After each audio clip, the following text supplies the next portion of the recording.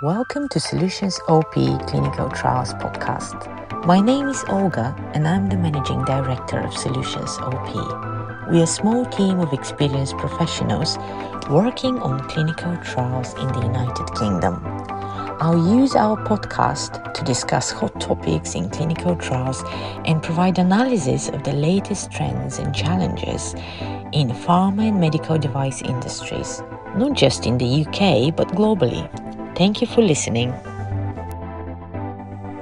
In today's podcast, I will talk about artificial intelligence and data protection. And this topic was provoked not just because artificial intelligence is a very hot topic at the moment, but it's also because I attended recently a conference organized by Information Commissioner's Office. And there was a very interesting workshop on artificial intelligence and data protection. So I wanted to share that information with you. So for those who are not aware, the Information Commissioner's Office is basically the non-government organization in the UK, which is responsible for data protection regulations and also overseeing the data protection issues in the UK. I have to say, this was really amazing conference. It was online and they had lots of workshops and lots of discussions on different topics. Really good experts and really well explained. Everything was explained in a way that even if you're not expert in the field, you can still understand the issues in the specific area. So I think they've done a really amazing job in organizing this conference. So if you have a chance in the future to participate and listen to the conference, I strongly recommend you to do that. So let's go back to our topic about artificial intelligence and data protection. But before we talk about the data protection issues, we'll just talk a little bit about artificial intelligence and how that works, and then that will make sense in terms of the issues that we have from data protection point of view. So the generative artificial intelligence is basically mimicking human abilities in performing tasks. So they're looking for a statistical pattern in the content generated by humans, and this process is called training.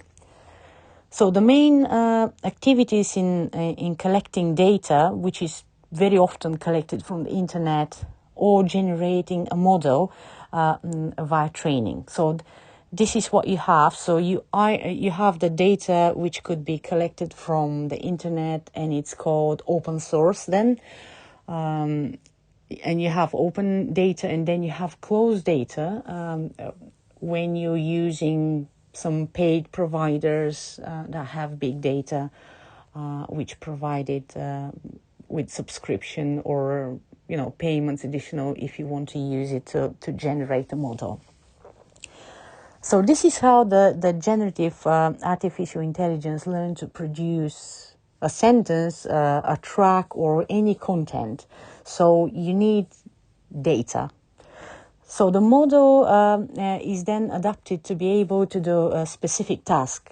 For example, now we have for the first time artificial intelligence that could be used without writing a code, but by writing prompts, which are human written instructions. So for example, back in the days, if you want to do anything, any kind of programming, you need to know the code. You need to know how to program to be able to produce any system, any algorithm. But now this is because of artificial intelligence. This could be done by using a human written instructions.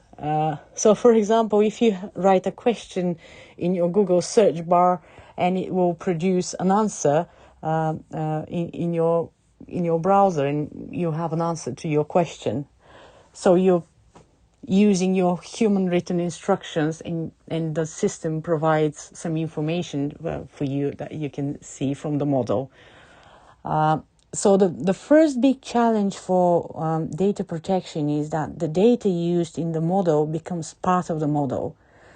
And the data is structured in different layers, and each layer is connected with the others.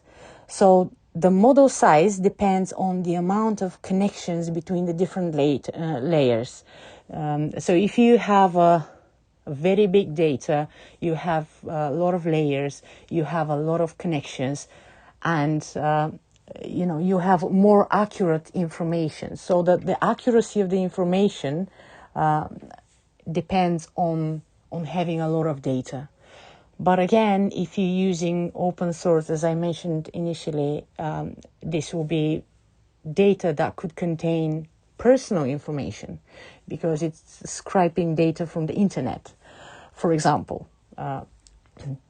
So one of the big challenges, as I mentioned, is that this personal data, which is collected, for example, from the internet, is then processed and then it becomes part of the model. So the process of training requires a lot of resources and investments, and only big companies so far can afford to have big data sets and, to pay to providers to give them big data sets if it's a closed source. So at the moment, I think it's quite challenging if you have a small company to really afford to use a big model, large size model with a lot of data. It's just because of the financial restraints. So let's go to data protection challenges. So as one of the big challenge that they mentioned during the workshop was that the data is limited to the cutoff. So, for example, if you have a data with a cutoff in 2022, and you want to have information for 2023, the model won't be able to provide you that information simply because it doesn't have it in its data set. So that's one of the challenges. Another thing I can add is, as you can imagine, if you're scraping data from the internet, the data could change. So something could be wrong and then corrected. But that data may not necessarily be in your model, because the model is just collecting specific set of data. It's put into the model and it's used. So you might not necessarily have the updates. It depends on how your algorithms run. Another big challenge is the hallucinations, which is the case when the model can generate mistakes that are syntactically and semantically plausible, but actually they're not correct. And I think you can see that a lot, especially if you go to LinkedIn. They have quite a lot of artificial intelligence generated articles. And if you had the chance to read into them, sometimes you see some things that sounds like, logical, but they're not necessarily correct. So this is, I think, a very good example where you can see that kind of hallucinations, as they call them, from artificial intelligence world. So the data used in the models could be personal data, and also it could be biased. So if you're using information just from internet, this data could be biased data. Another question is, if the people whose data you're using, are they actually aware that this data is being used to train a model? So that's another, I think, very significant data protection challenge. And also, the data could be sensitive. There could be some sensitive information, like financial information, which is removed from the model. But then the question remains, if is that data compliant with the data minimization and storage limitation? Another big challenge is the data leakages. So the data leakage is if a model produced personal data which was used to generate the model. So this is why I think it's quite sensitive, the fact that you can have personal data integrated into the model itself. And of course, this leads to another big issue, which is data accuracy. So, for example, they gave very good models with ChatGPT. So one of the examples was Australian politician who was involved in being a whistleblower in a fraud case. When they asked ChatGPT about the politician, actually produced information that he was involved in the fraud case rather than being a whistleblower. So that was obviously not correct. And another very interesting case that they mentioned was biography for a researcher which was created by ChatGPT was actually incorrect.